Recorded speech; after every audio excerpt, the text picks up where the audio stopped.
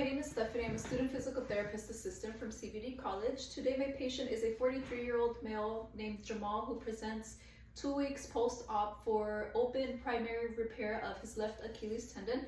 So the things that we're going to focus on today to help in his therapy is going to be exercises to maintain his range of motion in the limbs, the joints that are around the affected joint. And we're also going to maintain the strength in the muscles surrounding that joint as well. We are also going to work a little bit on that joint to maintain the range of motion without disturbing the healing process. So we're doing this with the okay from the surgeon that we can take off his orthosis during therapy. So the first exercise we're actually going to focus on is going to be in supine, which is laying down.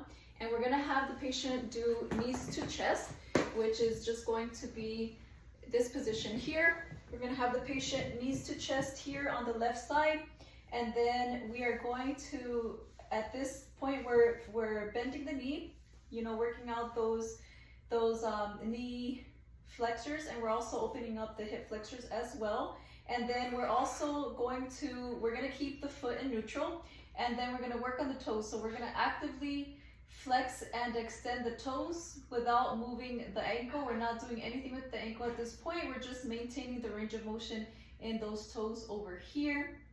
And then we're gonna do this. We're gonna do this about, I would say, 6 to 10 times. And then we'll bring down the leg.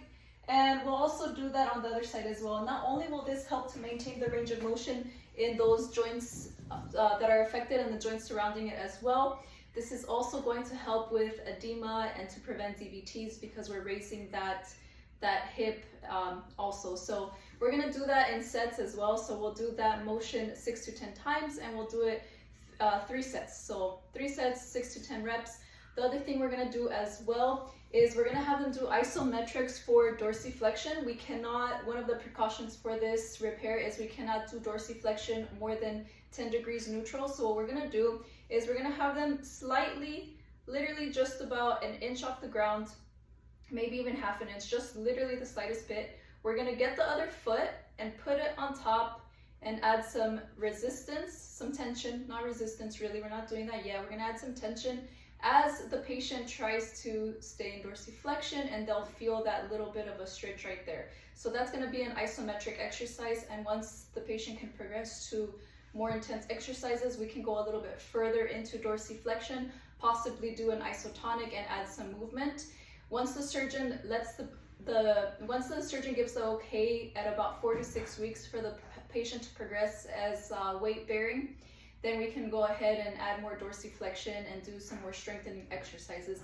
The last thing we want to do is strengthen the muscles around that joint that's been affected. So we're not going to do dorsiflexion, but we're going to do the opposite, stretch that gastrocnemius and soleus by doing, we're going to do ankle lifts. So we're just going to have the patient grab onto a sturdy surface so they can keep a neutral spine.